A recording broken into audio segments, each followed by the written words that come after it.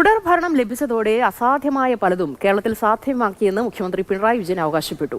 കേരളത്തിന്റെ മാറ്റം അതിവിപുലമാണ്, നാടാകെ ഹരത്തിലാണെന്നും ഖത്തർ തലസ്ഥാനമായ ദോഹയിൽ മുഖ്യമന്ത്രി പറഞ്ഞു. ഇത് രാജ്യത്ത് ആദ്യത്തേതാണ് എന്നതിൽ സംശയമില്ല.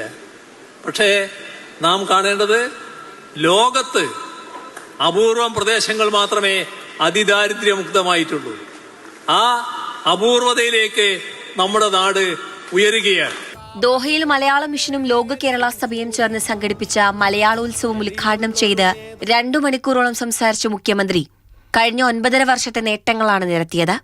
കഴിഞ്ഞ ദിവസം വാർത്താ സമ്മേളനത്തിൽ പറഞ്ഞ ക്ഷേമ പെൻഷൻ വർധന, സ്ത്രീ സുരക്ഷാ പദ്ധതി, അതിദാരിദ്ര്യ നിർമ്മാർജ്ജനം തുടങ്ങിയവയെല്ലാം ഖത്തറിൽ വിശദീകരിച്ചു. സ്ത്രീ സുരക്ഷാ പെൻഷൻ പദ്ധതി വലിയ ആഹ്ലാദത്തോടെ നാട് ഏറ്റെടുത്തെന്നും സ്ത്രീകൾ ആഹ്ലാദ പ്രകടനം നടത്തിയെന്നും മുഖ്യമന്ത്രി.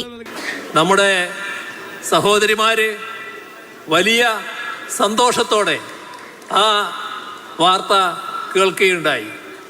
ഇന്ന് കേരളത്തിന്റെ പല ഭാഗങ്ങളിൽ സ്ത്രീകളടക്കം ഇറങ്ങി പ്രകടനം നടത്തുന്ന കാഴ്ചയാണ് കാണാൻ സാധിക്കുന്നത്.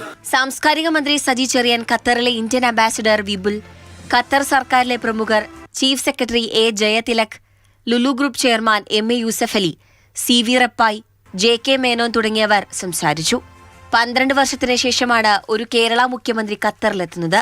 ബഹ്റൈൻ, ഒമാൻ, ഖത്തർ സന്ദർശനം പൂർത്തിയാക്കിയ മുഖ്യമന്ത്രി നവംബർ ആദ്യം കുവൈറ്റും UAEയും സന്ദർശിക്കും. Mathrubhumi news, Doha.